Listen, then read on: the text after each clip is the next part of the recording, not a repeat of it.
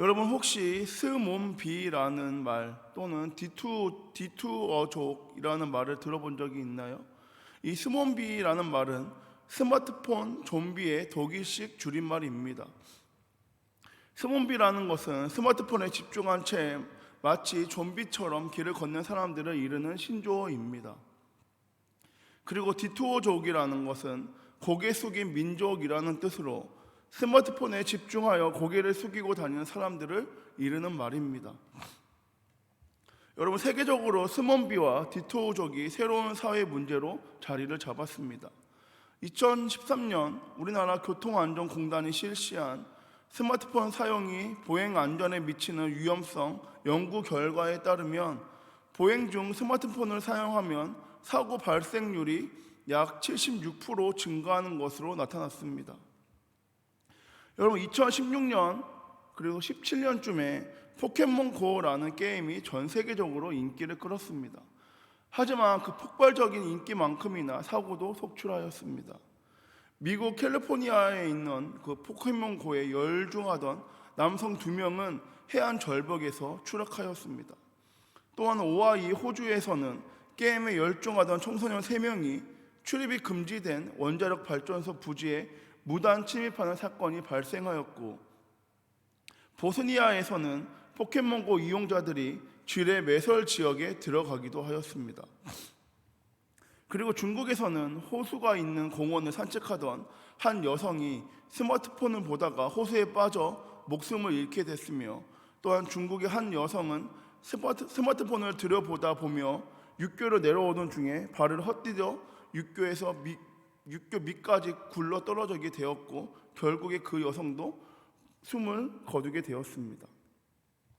여러분, 이 스몬비와 디투족의 증가로 중국에서는 이 스마트폰 사용자를 위한 인도를 분리하는가 하면 독일과 네덜란드 등에서는 길바닥에 신호등을 설치하였습니다. 우리나라도 이 스몬비와 디투족의 사고를 방지하기 위해서 2019년부터 바닥형 신호등을 설치하였습니다. 또한 미국의 뉴저지 주에서는 보행 중에 스마트폰을 문자 메시지를 전송하게 되면 벌금을 물리도록 하는 등 세계 각국이 이 스몬비와 디투족과 관련된 이 사고 예방 대책에 열심을 다하고 골몰하고 있습니다. 여러분, 게임에 열중하다가 절벽에서 떨어지며 지뢰밭에 들어가는 사람들, 스마트폰에 열중하다가 맨홀에 빠지고 물에 빠져 목숨을 잃게 되는 사람들, 더 이상 우리가 보고 있는 드라마나 영화 속의 이야기만은 아닙니다.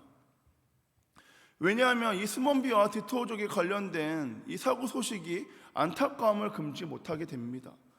그 이유는 게임과 스마트폰이 그 정도의 가치가 있는 것은 아니기 때문입니다.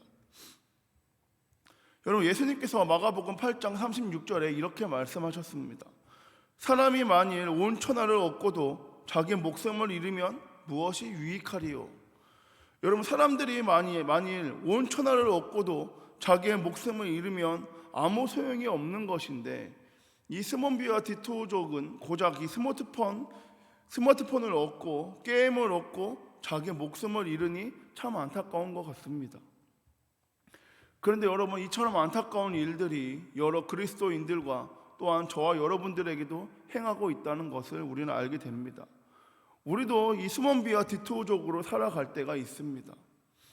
여러분, 디투어족의 뜻은 앞서 말씀드린 것처럼 고개 숙인 민족이라는 뜻입니다. 스마트폰에 열중하여 고개 숙이고 다니는 사람들처럼 저와 여러분도 세상 것에 집중하여 고개를 숙이고 다닐 때가 있습니다. 그러다가 물에 빠지고 지뢰밭에 들어가는 듯이 저와 여러분도 그런 비슷한 사고를 우리가 당하곤 합니다.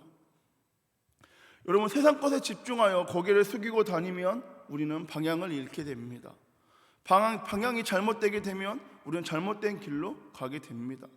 그래서 속도보다는 방향이 중요하다라는 말도 있습니다. 여러분, 아이들이 쓰는 말 중에 몰게임이라는 말이 있습니다.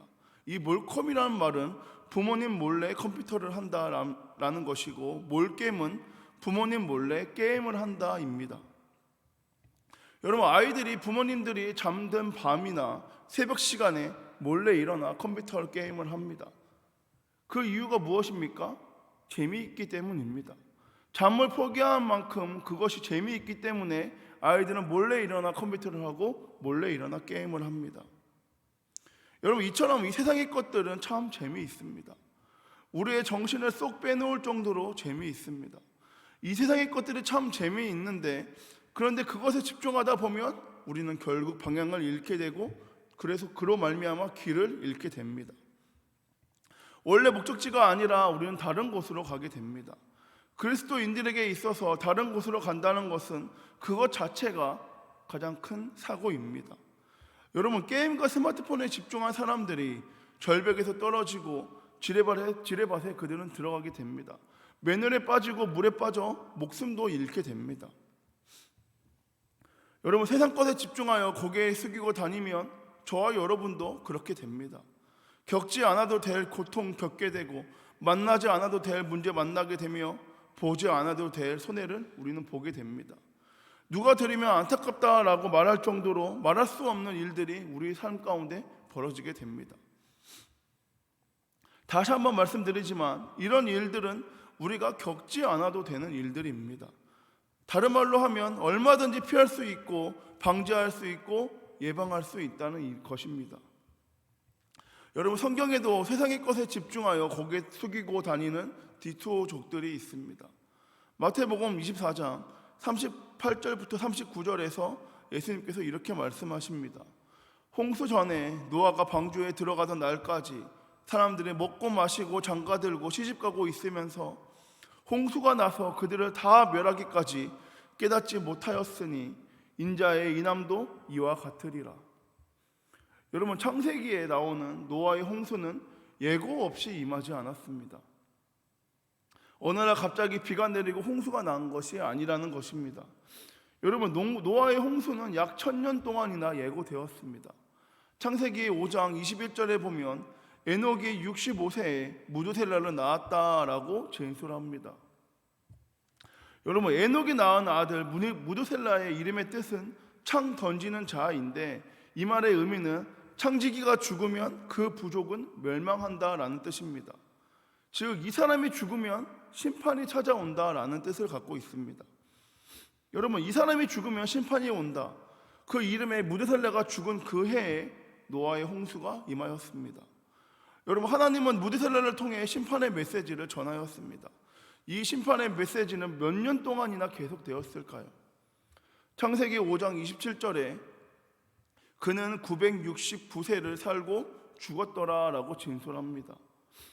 여러분, 무두셀라는 역사상 가장 오래 산 사람입니다. 그는 정확하게 969년을 살고 죽었습니다. 하나님의 심판 메시지는 무두셀라를 통해 약 1000년 동안 전해졌습니다. 그리고 심판의 때가 다다랐을 때 하나님은 노아에게 방주를 만들라라고 말씀하십니다. 여러분, 심판의 메시지를 전해주는 무두셀라가 생존해 있고 심판을 대비하여 방주가 만들어지는 것을 그 당시 사람들이 눈으로 보았지만, 노아의 시대의 사람들은 노아가 방주에 들어가던 날까지 먹고 마시고 장가들고 시집가고 있으면서 홍수가 나서 그들을 다 멸하기까지 그들은 깨닫지 못하였습니다. 여러분, 이런 사람이 또 있습니다. 바로 야곱의 형 에서입니다. 여러분, 에서는 배가 고픈 나머지 팥죽 한 그릇에 장자의 명분을 팔아버립니다. 그로 인해 아브라함의 하나님, 이삭의 하나님, 에서의 하나님이 아니라 야곱의 하나님이 되었습니다. 또 이런 사람이 또 있습니다. 여러분, 사도 바울에게는 데마라는 제자가 있었습니다. 이 데마는 사도 바울과 주변 그리스도인들에게 매우 신뢰받는 사람이었습니다. 그런데 디모데후서 4장 10절에서 사도 바울이 데마에 대해서 이렇게 말합니다. 데마는 이 세상을 사랑하여 나를 버리고 데살로니가로 갔고. 여러분, 노아 시대의 사람들, 야곱의 형 에서, 그리고 데마는 디토족들이었습니다. 이 세상의 것에 집중해서 고개 숙이며 살다가 맨홀에 빠지고 물에 빠져서 목숨을 잃는 사람들이었습니다. 그런데 이러한 모습들이 저와 여러분들에게도 있습니다. 우리도 이 세상 것에 집중한 나머지 고개 숙이며 살아갑니다. 재물의 것에 집중하고, 사람에게 집중하고, 출세에 집중하고, 세상 즐거움에 집중합니다. 이것들이 너무 재밌어서 고개 숙이며 살아갑니다. 아니, 고개 들고 싶지 않습니다. 잠시 고개 드는 그 시간마저도 우리는 아깝다라는 생각을 할 때가 있습니다. 그렇게 고개 숙이며 살다가 맨홀에 빠지고 물에 빠지게 됩니다. 겪지 않아도 되는 고통, 만나지 않아도 되는 문제를 우리는 만나게 됩니다. 여러분, 오늘 사도 바울은 디토족으로 고개 숙이며 살고 있는 저와 여러분을 향해서 이렇게 명령합니다. 본문 2절에 위의 것을 생각하고 땅의 것을 생각하지 말라. 여러분, 사도 바울은 위의 것을 생각하고 땅의 것을 생각하지 말라라고 말합니다. 세상의 것에 집중하여 고개 숙이고 다니는 디토족이 되지 말라. 고개를 들고 내가 가야 할 곳을 정확하게 바라보며 살아가는 그리스도인들이 되라. 여러분, 앞서 말한 노아 시대의 사람들, 야곱의 형 에서, 세상을 사랑한 데마, 세상 것에 집중하며 고개 숙인 그들이 숙인 고개 한 번이라도 들었다면, 땅의 것이 아닌 위의 것을 생각했다면 그들은 삶의 방향을 잃지 않게 되었을 것입니다. 하지만 그들은 세상의 것에 너무 재미있어서 숙인 고개를 들지 않았습니다. 혹시 여러분 가운데서 세상 것에 집중하다가 방향을 잃고 잘못된 길로 걸어가고 있는 분이 계시지 않습니까? 혹시 그런 분이 있다면 손에 들고 있는 스마트폰, 세상의 것들을 잠시 내려놓고 고개 들어 주변을 둘러보시길 바랍니다. 지금 내가 어디 서 있는지 확인하시길 바랍니다. 여러분, 저와 여러분은 숙인 고개를 들어야 합니다. 조금 더 집중하다가 다음에 들어야지, 내일 들어야지, 내년부터 들어야지. 아니, 우린 지금부터 들어야 합니다. 지금 고개를 들어야 방향을 잡고 온전한 길로 우린 나아갈 수 있습니다.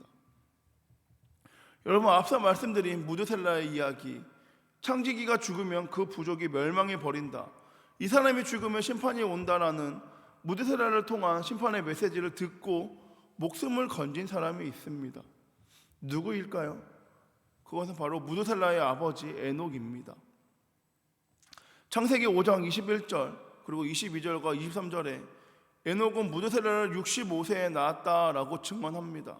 그리고 계속해서 성경은 무드셀라를 낳은 후 300년을 하나님과 동행하며 자녀들을 낳았으며 그는 365세를 살았더라.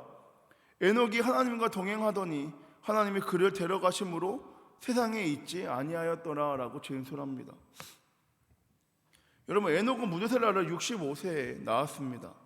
그리고 그는 그 후 300년을 더 살아 365세까지 살게 됩니다. 여러분, 에녹이 무드셀라를 낳은 후에 300년을 어떻게 살았는지 성경이 뭐라고 증언합니까? 무드셀라를 낳은 후 300년을 하나님과 동행하였다라고 성경은 증언합니다.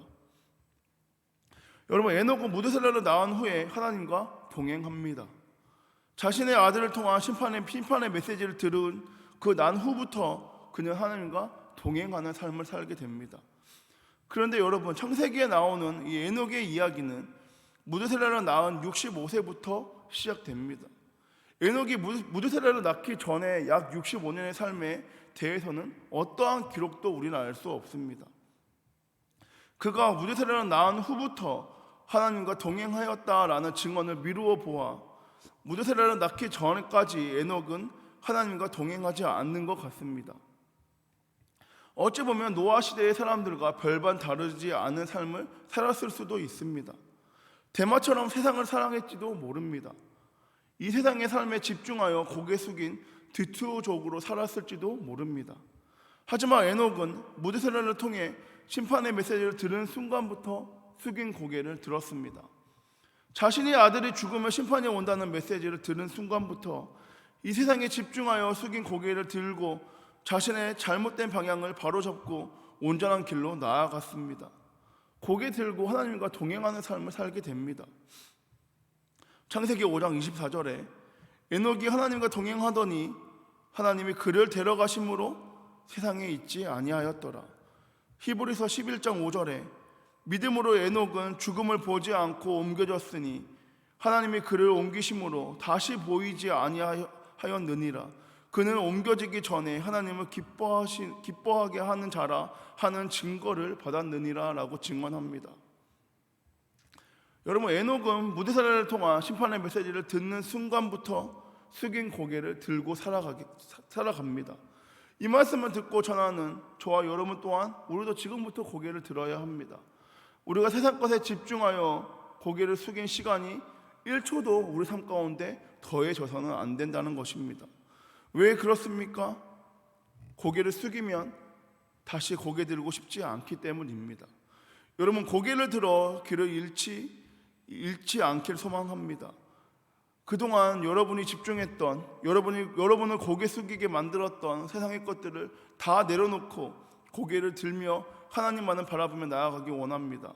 그리고 에녹처럼 하나님과 동행하는 삶을 살기 소망합니다. 하나님의 동행함이 저와 여러분에게 있어서 가장 큰 복이라는 것을 믿는 믿음으로 말미암아 살아가는 저와 여러분, 우리 한성 공동체 모두가 되길 소망합니다. 말씀을 정리하겠습니다. 여러분, 고개 숙이는 습관이 있는 사람들이, 여러분, 저와 여러분은 고개 숙이는 습관이 있는 사람들입니다. 재물의 재미, 사람의 재미, 출세의 재미, 세상의 즐거움의 재미를 다 알고 있는 사람들입니다. 그래서 우리는 고개 숙이며 살아갑니다. 또한 그렇게 살았습니다.